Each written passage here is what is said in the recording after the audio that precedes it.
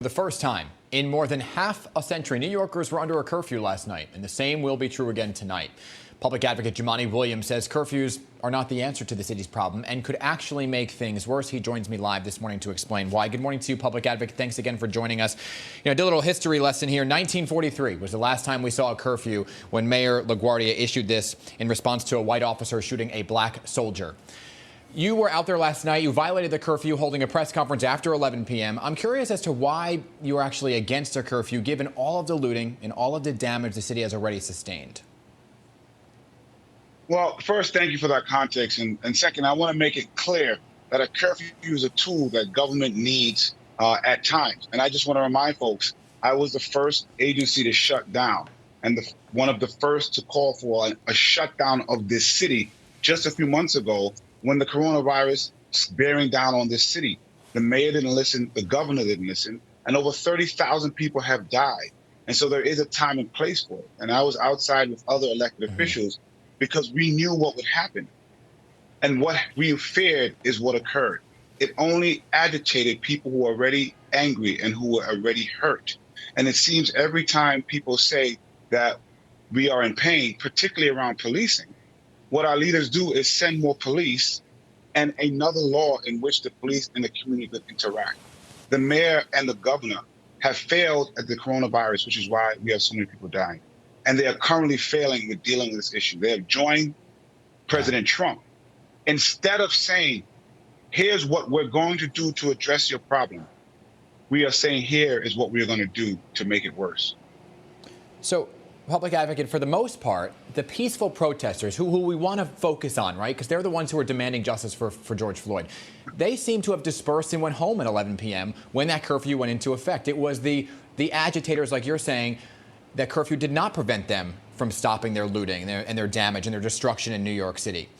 So do you think that it's a slippery slope, right? It's a mixed bag, because you saw some moments of a highlight of unity between police and peaceful protesters last night. But do you think that extra police is needed to protect these businesses and get rid of those agitators?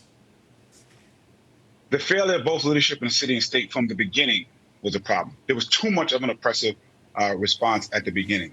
But what is needed and what is missing, both from the mayor and the governor, including the president, is someone saying, here's what we are doing right now to address what you're saying.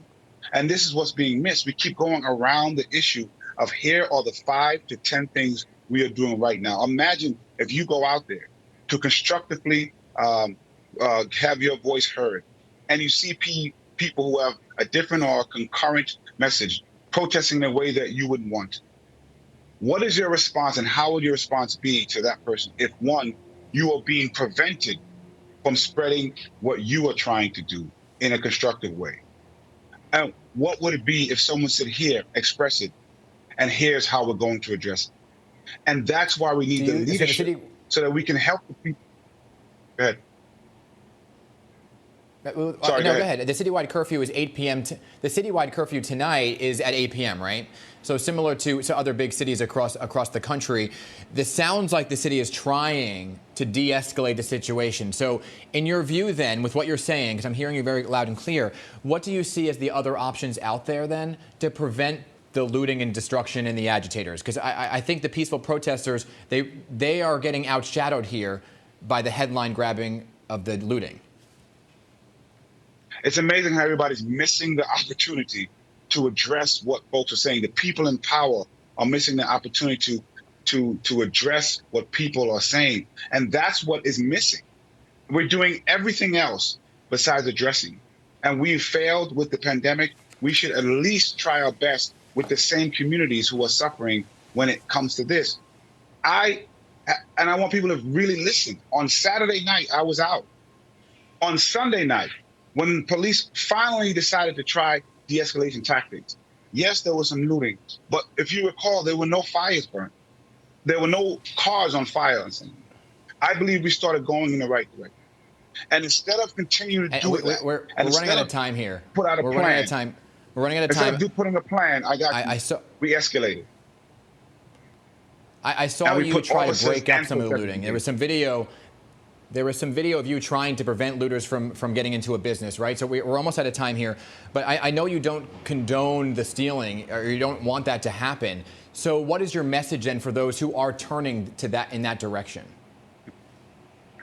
My message for the leaders is to address the issue. My message for the people who are protesting is to follow the people who are most hurt. Let them tell you and guide you how to do this protest. We shouldn't be here saying do this, do that. We should be here allowing people to constructively protest and presenting a plan. I guarantee you when you do that, we will see a de-escalation of what's going on today. Understood. Public Advocate Jumaane Williams, always appreciate you making the time for us this morning and sharing a little history of the last time we saw that curfew of 1943. Appreciate your time this morning and stay safe to you, okay?